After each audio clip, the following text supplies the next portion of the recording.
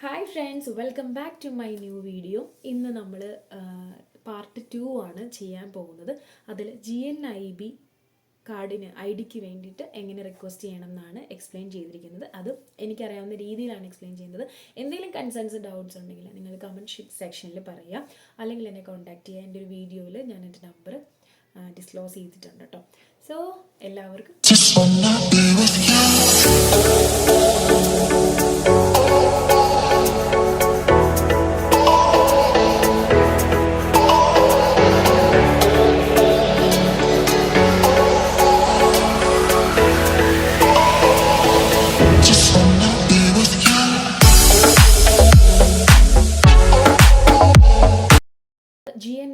GNIB എന്ന് പറയുന്നത് ഗാഡ national immigration bureau എന്നാണ് GNIB നമ്പർ, ഇതിൻ്റെ ആ ഒരു ഫുൾ ഫോം. നമ്മൾ GNIB ID വേണം. അതിനും ഡയറക്റ്റ് നമ്മൾ മെയിലിലാണ് റിക്വസ്റ്റ് അയക്കേണ്ടത്. അല്ലെങ്കിൽ ഇപ്പോൾ മെയിൽ ID അറിയില്ല എന്നുള്ളതാണെങ്കിൽ അടുത്ത ഏതെങ്കിലും ഒരു ഗാഡ ഓഫീസ് ഉണ്ടെങ്കിൽ GNIBക്ക് വേണ്ടിയിട്ടുള്ള മെയിൽ ID ചോദിച്ചു കഴിഞ്ഞാൽ അവർ വിത്ത് പ്ലഷർ തരും. അവർക്ക് ഞാൻ ഓൾറെഡി എൻ്റെ ഒരു വീഡിയോയിൽ ഇനി ഒരു വീഡിയോ ഒരു റീൽസിൽ ഞാൻ കാണിക്കുന്നുണ്ട് ഗാഡ ഓഫീസ് ഞാൻ വിസിറ്റ് ചെയ്യുന്നതൊക്കെ. നല്ല സർവീസാണ് ഇവിടെ. നമ്മുടെ നാട്ടിലത്തെ പോലെ ഒത്തിരി നേരം പ്രൊലോങ് ടൈം നമ്മളെ വെയിറ്റ് ചെയ്ത് അവസാനം അവരെ കണ്ടിട്ടും ഒരു ഹോപ്പില്ലാത്ത പോലെയല്ല. കൃത്യമായ ഒരു ഇൻഫർമേഷൻ തരും. നോ ആണെങ്കിൽ നോയും, യെസ് ആണെങ്കിൽ യെസ്സും. ഡീറ്റെയിൽഡ് ആയിട്ട് പറയുകയാണെങ്കിൽ അവർ ഡീറ്റെയിൽ ആയിട്ട് സംസാരിച്ച് നമ്മളെ എക്സ്പ്ലെയിൻ ചെയ്ത് തരുകയും ചെയ്യും കേട്ടോ. പിന്നെ അപ്പോൾ അതാണ് GNIB കുറിച്ച് പറയുകയാണെങ്കിൽ നമ്മളുടെ ID എന്ന് പറയുന്നൊരു മുളിങ്കാർ .ministry അങ്ങനെ സംതിങ് ഒരു മെയിൽ ID ഉണ്ട്. ആ മെയിൽ IDയിലേക്ക് നമ്മൾ റിക്വസ്റ്റ് ഇടണം. അതായത് അപ്പോയിൻമെൻറ്റ്, എൻ്റെ പേര് ഇതാണ്, ഡേറ്റ് ഓഫ് ബർത്ത് ഇതാണ്, നമ്മളുടെ ഇന്ന ദിവസം അഡാപ്റ്റേഷൻ പ്രോഗ്രാം സ്റ്റാർട്ട് ചെയ്യുന്നു, അല്ലെങ്കിൽ ഞങ്ങൾ ഓൾറെഡി സ്റ്റാർട്ട് ചെയ്തു, ഞങ്ങൾക്കൊരു അപ്പോയിൻമെൻറ്റ് വേണം GNIBക്ക് വേണ്ടിയിട്ട്. അപ്പം കൈൻഡ്ലി ദ നീഡ്ഫുൾ എന്ന് പറഞ്ഞിട്ട് നമ്മളൊരു മെയിൽ അയക്കുക.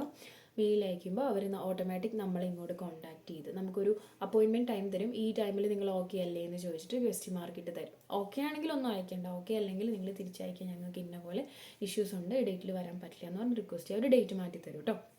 അങ്ങനെ ആ ഡേറ്റും ആ പർട്ടിക്കുലർ ടൈമിൽ നമ്മൾ വിസിറ്റ് ചെയ്യുക.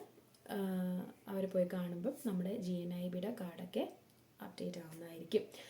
ഇവിടെ എല്ലാം കൂടുതലും പോസ്റ്റൽ വഴിയുള്ള ഡീലിങ്സ് ആണ്. അവർ മെയിനായി ഞങ്ങൾ ബാങ്കിൽ ചെന്നപ്പം നമ്മൾ പല രീതിയിലും ട്രാൻസാക്ഷൻ ചെയ്ത് കഴിഞ്ഞാൽ നമുക്ക് നമ്മുടെ നാട്ടിൽ മെസ്സേജ് വരും, ഇന്ന എമൗണ്ട് ക്രെഡിറ്റ് ആയി, ഇന്ന എമൗണ്ട് ഡെബിറ്റ് ആയി. പക്ഷേ ഇവിടെ നമുക്ക് മെസ്സേജ് ആയിട്ടുള്ളൊരു കോൺടാക്റ്റ് ബാങ്ക് തരില്ല. ഇഫ് നെസസറി എന്താണെങ്കിലും നമ്മൾ ഓൺലൈൻ ആപ്പിൽ കയറി നമ്മുടെ പേഴ്സണൽ ഡീറ്റെയിൽസ്, പാസ്വേഡൊക്കെ, യൂസർ നെയിമും പാസ്വേഡും യൂസ് ചെയ്ത് ലോഗ് ഓൺ ചെയ്ത് കഴിഞ്ഞാൽ മാത്രമേ നമുക്ക് ഫുൾ ഡീറ്റെയിൽസ് കിട്ടുള്ളൂ.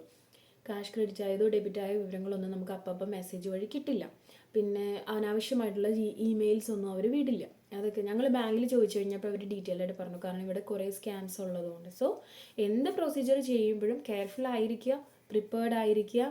ഈ സ്കാംസ് ഒക്കെ നമ്മുടെ മുന്നിൽ എപ്പോഴും ഉണ്ട്.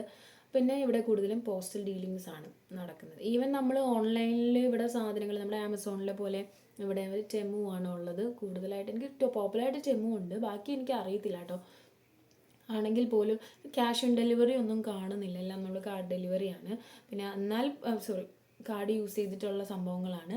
പക്ഷേ നമ്മളങ്ങനെ ചെയ്താൽ പോലും കെയർഫുൾ ആയിരിക്കുക. എൻ്റെ ബ്രദറൊക്കെ എന്നോട് പറഞ്ഞിട്ടുണ്ട്, അവൻ യൂറോപ്പിലാണ്. അപ്പം പറയാറുണ്ട്, ചേച്ചി എപ്പോഴും കാർഡ് ഡീറ്റെയിൽസ് എൻ്റർ ചെയ്ത് കൊടുക്കുമ്പോഴും എവിടെയാണ് എൻ്റർ ചെയ്യുന്നത്, ഇത് സൈറ്റ് വഴിയാണ് എൻ്റർ ചെയ്യുന്നതൊക്കെ കൃത്യമായിട്ട് നോക്കിയും കണ്ടിട്ട് വേണം ചെയ്യാൻ. സോ കെയർഫുൾ ആയിരിക്കുക.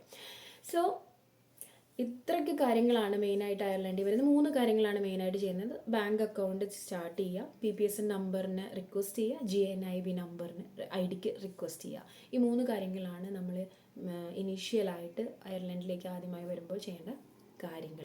ഇതുവരെ ഞാൻ ചെയ്ത വീഡിയോസ് എല്ലാം നിങ്ങൾക്ക് ബെനിഫിഷ്യൽ ആകുന്നുണ്ട് എന്ന് തന്നെ ഞാൻ വിശ്വസിക്കുകയാണ്. ഇനിയും മുന്നോട്ടുള്ള വീഡിയോസിൽ ഇനിയും കൂടുതലായിട്ടുള്ള ഇൻഫോർമേഷൻസ് നമ്മൾ ആഡ് ചെയ്യുന്നു. ലൈക്ക് അഡാപ്റ്റേഷൻ പ്രോഗ്രാമിൻ്റെ ഡീറ്റെയിൽ ആയിട്ടൊരു വീഡിയോ ചെയ്യണമെന്ന് എനിക്ക് ആഗ്രഹമുണ്ട്. കാരണം യൂട്യൂബിൽ എവിടെയും അഡാപ്റ്റേഷൻ പ്രോഗ്രാമിനെ കുറിച്ചുള്ളൊരു വെൽ എക്സ്പ്ലെയിൻഡ് ആയിട്ടുള്ളൊരു വീഡിയോ നമ്മൾ കണ്ടിട്ടില്ല. അപ്പം അത് എല്ലാവർക്കും ഉപകരിക്കുമെന്നാണ് ഞാൻ കരുതുന്നത്. സോ നമ്മുടെ അടുത്തൊരു വീഡിയോയിൽ കാണുന്നത് വരെ ടാറ്റാ, ബൈ ബൈ.